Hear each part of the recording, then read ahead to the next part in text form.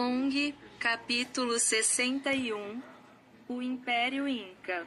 O sol nascia sob os telhados e as embarcações no porto. Nota do autor. A lugar que ONG e seus amigos estavam agora. Era a atual cidade que futuramente se tornou Guayaquil, Equador. Gaianox descansava à beira-mar, sua imensa cauda balançando como se sentisse, pela primeira vez, o peso da terra firme sob o corpo. A árvore gigante Auai projetava uma sombra tão vasta que parecia uma segunda montanha ao fundo da cidade, e seu tronco respirava como se absorvesse os sussurros do vento dos Andes. As pessoas se reuniam em multidões, curiosas, reverentes, assustadas. Alguns se ajoelhavam, tocando o chão como se estivessem diante de um deus antigo. Outros fugiam, temerosos de que aquela aparição marcasse o início de um presságio sombrio. Crianças apontavam, fascinadas, e velhos sacerdotes recitavam preces ao sol, pedindo proteção. ONG caminhava pela areia molhada, observando as gaivotas planando sobre o mar e as ondas batendo nos cascos dos barcos. Cada passo o aproximava da vibração da terra, como se o solo inca chamasse seu nome. Rojapo, com seu mapa aberto e uma lupa improvisada feita de cristal polido, analisava minuciosamente os caminhos que subiam serpenteando as montanhas. As rotas para o reino dos céus, diziam as lendas, só podiam ser alcançadas por aqueles que compreendessem a linguagem do vento. Oai conversava com pescadores locais, tentando juntar as peças das histórias que se repetiam geração após geração. Eles falavam do mar que respira, de espíritos que guiavam embarcações e de uma árvore que, segundo antigos xamãs, carregava dentro de si o eco dos primeiros dias da terra. O Oki observava curioso os guerreiros incas posicionados próximos ao mercado central, homens disciplinados, com armaduras de bronze vermelho e lanças adornadas por penas coloridas. A postura deles era firme, e seus olhos brilhavam com uma mistura de respeito e alerta. Entre mercadores, estrangeiros e viajantes, espíritos antigos caminhavam invisíveis. Os fantasmas Huancavilcas, protetores esquecidos da costa. Suas formas frágeis ondulavam como fumaça azulada. E suas vozes ecoavam apenas nos ouvidos daqueles que sabiam ouvir além do mundo físico. Eles sussurravam entre si. Quando o mar era um espelho vivo, nós éramos suas ondas. Quando as árvores falavam, nós éramos seus ecos. ONG sentia algo, como se as vozes antigas atravessassem a própria pele. Uma delas se aproximou dele, tão suave quanto um sopro. O ouro que eles buscam não brilha no metal, mas no coração da árvore. No alto de uma colina próxima, o general Inca Amaru observava o grupo com olhos atentos. Sua capa vermelha tremulava ao vento, e seu semblante era o de alguém que carregava mais do que autoridade, carregava histórias. Amaru sabia que aquela árvore não era comum. A energia que emanava dela fazia as pedras vibrarem. Fazia o ar brilhar. Rumores diziam que uma árvore assim poderia abrir o caminho para o lendário reino dos céus. E Amaru não permitiria que essa possibilidade escapasse de seu império. Ao mesmo tempo, Um pressentimento nascia em seu peito. A criatura gigante, o garoto de olhar determinado, o grupo estranho que vinha do mar. O destino caminha com eles.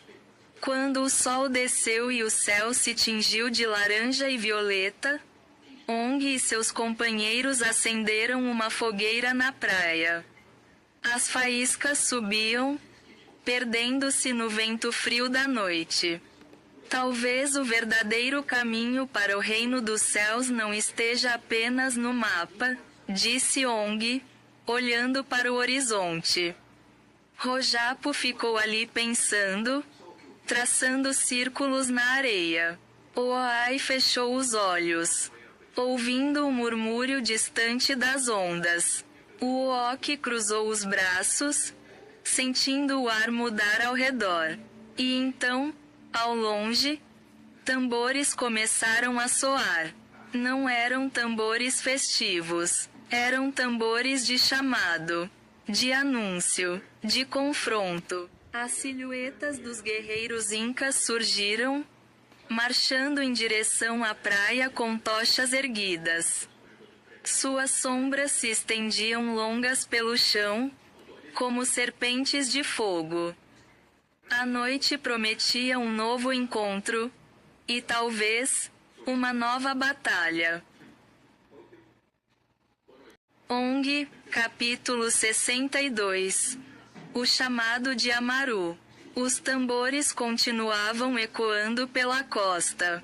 Gaianox ergueu lentamente a cabeça, farejando o ar.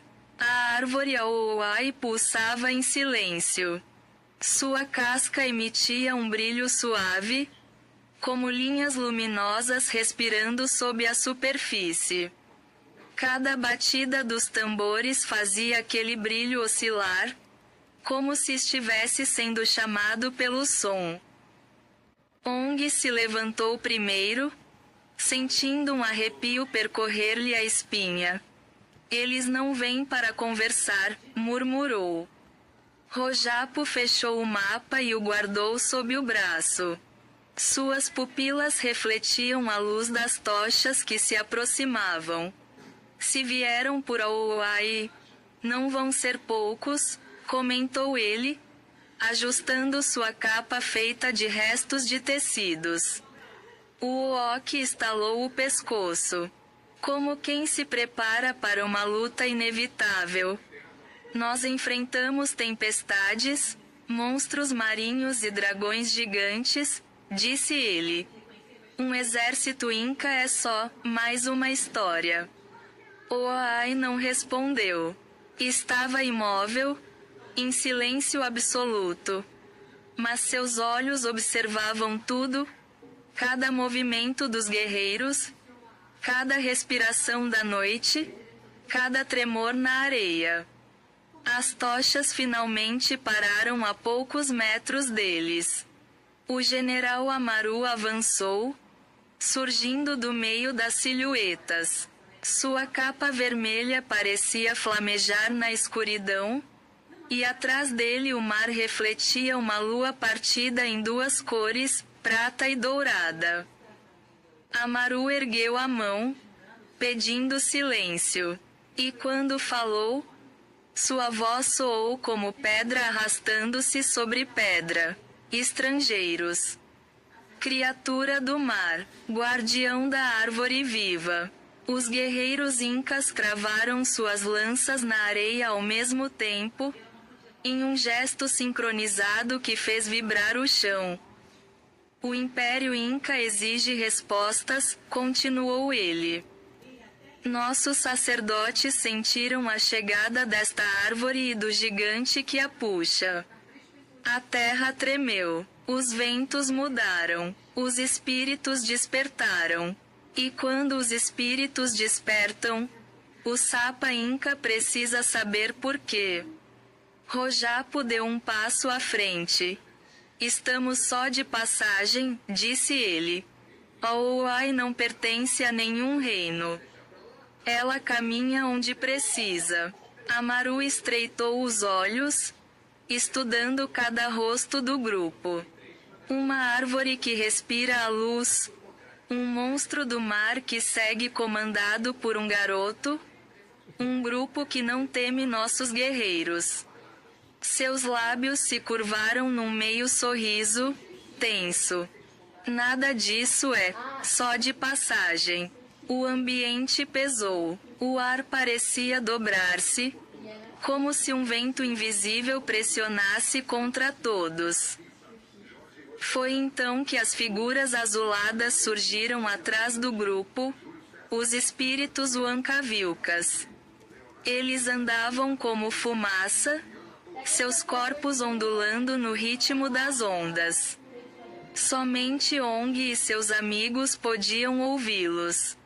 Um deles sussurrou ao ouvido de Ong: "O general não teme vocês, mas teme o que pode vir atrás." Outro continuou: "Ele viu o mesmo presságio que nós vimos. Um caminho abrindo-se nos céus. Uma porta que só se abre quando uma árvore antiga toca a terra certa." Ong respirou fundo. A fogueira estalou. Gaianox mexeu a cauda, levantando areia.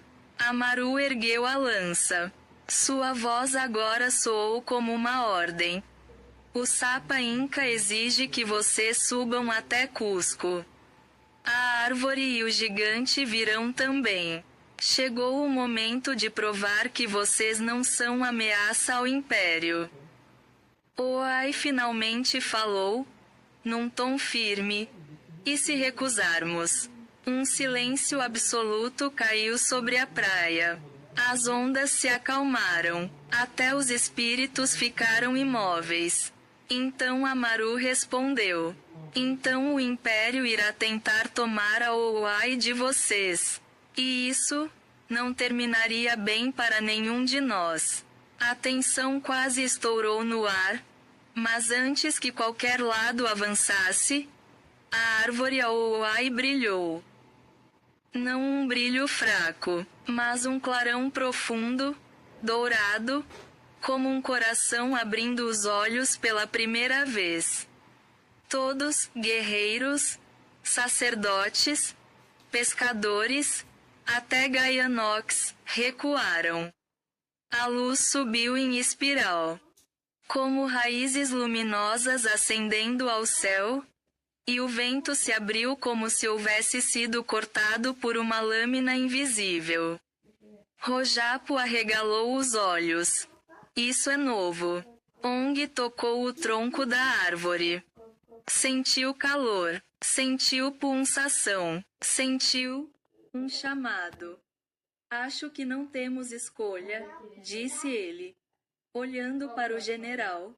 "Aoai quer subir. O caminho está pedindo por nós." Amaru respirou fundo, compreendendo algo que não gostava, mas aceitava. "Então amanhã ao amanhecer partiremos. Vocês não estarão presos, mas também não estarão livres."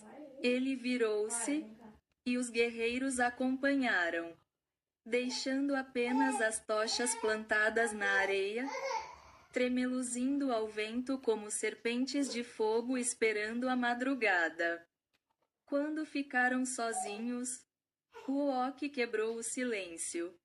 "Então vamos subir os Andes." De novo, Rojapo suspirou. "Não apenas subir. Vamos para o coração do Império." Oai observou as montanhas no horizonte, onde os espíritos caminham ao lado dos vivos. Ong olhou para Oai, ainda brilhando, e onde o reino dos céus talvez esteja esperando. O grupo se reuniu em volta da fogueira. Gaianox repousou novamente. Os espíritos sussurraram canções antigas. A noite, antes ameaçadora, agora parecia prenunciar algo maior. O caminho para os Andes havia começado. Ong, capítulo 63. Caminho dos céus. Gaianox. Avançava entre penhascos, o vento ali era frio. Seus passos faziam as pedras rolarem encosta abaixo. Atrás dele, arrastada seguia o Uai, a árvore sagrada. Ong respirava fundo, tentando acostumar os pulmões ao ar rarefeito. Rojapo ajeitava sua bolsa e ferramentas. O Uok mantinha os sentidos atentos, farejando o vento. Iopo gritava frases de coragem que ninguém havia pedido. Ioai observava tudo em silêncio, como se cada detalhe da montanha conversasse com ele. Aquela região era feita de vales fundos e picos extremamente altos. O objetivo de Ong era ousado: levar a Ouai até os lendários reinos do céu. Portais que só se abriam nas montanhas mais altas da Cordilheira dos Andes, onde o mundo dos vivos tocava o dos espíritos. Dizia-se que um desses portais dormia escondido no coração do futuro salar de Uyuni, o deserto branco que viraria espelho do céu. Quem atravessasse o portal poderia alcançar sabedoria ancestral, dons místicos e riquezas espirituais. Yong queria levar tudo isso para sua ilha, para seu povo, para seus amigos. A travessia para Chilcabamba, depois de dias subindo trilhas íngremes, lutando contra o frio e a altitude, eles chegaram às terras que um dia seriam chamadas de Chilcabamba. O povoado Inca surgia encravado entre gigantescos blocos de pedra, protegido por muralhas perfeitamente lapidadas, tão bem encaixadas que nenhuma folha conseguia passar entre elas. Torres de vigia observavam o horizonte. Sentinelas, com elmos de ouro polido e lanças de obsidiana negra como a noite, surgiram em silêncio, como sombras sólidas. Acho que não vão nos receber com festa, murmurou Ong. O Uok deu um passo à frente antes que qualquer outro pensasse em reagir. Seu corpo forte, marcado por pinturas de guerra, parecia feito para aquele terreno hostil. Ele levantou seu cajado de energia e bateu contra o chão, emitindo um som grave que ecoou pelas encostas. Os guardiões do caminho sagrado prepararam suas lanças. Então, como um trovão, o choque começou. Lanças cortaram o vento, cajados brilharam com luzes ancestrais, e o som dos gritos ecoou entre penhascos que devolviam cada ruído multiplicado. Mas o Uok não lutava para ferir, apenas para abrir passagem. Ele desviava, bloqueava, recuava, e avançava com a força de uma árvore que se recusa a tombar. Quando os guardiões perceberam que o estrangeiro estava lutando com honra, coragem e sem intenção de destruição, eles baixaram as armas. A montanha, então, pareceu suspirar em alívio. A lenda das Amazonas dos Andes, uma anciã do vilarejo, envolta em mantos vermelhos e adornada com colares de sementes brilhantes, aproximou-se devagar, apoiando-se em um bastão tortuoso. Ela observou o Uai por longos minutos. Seus olhos tremiam, não de medo, mas de reconhecimento. A árvore que respira o mundo, ela murmurou. A guardiã que carrega eras. Então, olhando para Ong, vocês andam por terras que pertencem às guerreiras amazonas dos Andes, protetoras das florestas do leste. Se seu coração for verdadeiro, Talvez elas os ajudem a encontrar o caminho secreto. Antes que Ong pudesse responder, um som de cascos, e outro de patas, ecoou pelas montanhas. Do alto de uma colina, figuras imponentes apareceram. Mulheres guerreiras montadas em lhamas ágeis e onças silenciosas. Suas armaduras eram feitas de fibras douradas. Seus olhos, atentos e ferozes. Iopo engasgou. Eu tô vendo isso mesmo? Lhamas guerreiras? Jaguares com celas? Eu quero montar um. Ninguém deu atenção. As amazonas desceram a encosta com elegância selvagem. A líder delas se aproximou de Aoai. Colocou a palma da mão no tronco luminoso e fechou os olhos. Esta árvore carrega um espírito antigo, disse ela, com voz firme, e vocês não são inimigos da natureza. Vamos guiá-los. O caminho secreto dos céus com a ajuda das Amazonas. O grupo avançou por trilhas que não apareciam em nenhum mapa. Pontes de corda que balançavam sobre abismos sem fim. Caminhos estreitos talhados na rocha. Passagens ocultas atrás de cachoeiras geladas. Gaianox seguia com passos lentos, porém constantes. A montanha tremia sob seu peso, mas jamais vacilava. E ao redor, o céu parecia cada vez mais próximo, tão próximo que, às vezes, Ong tinha a impressão de que podia tocar as nuvens. As amazonas sopravam flautas de vento para acalmar os espíritos da altitude. O ar se enchia de um canto fino e etéreo, guiando-os para as alturas desconhecidas. Finalmente, quando o sol começou a mergulhar atrás de picos nevados, revelando uma faixa violeta no horizonte, a líder das Amazonas apontou para o céu aberto e disse: do próximo cume em diante, não há trilhas humanas. Apenas caminhos de deuses. A montanha diante deles parecia dobrar de tamanho. O vento uivava como um animal ancestral.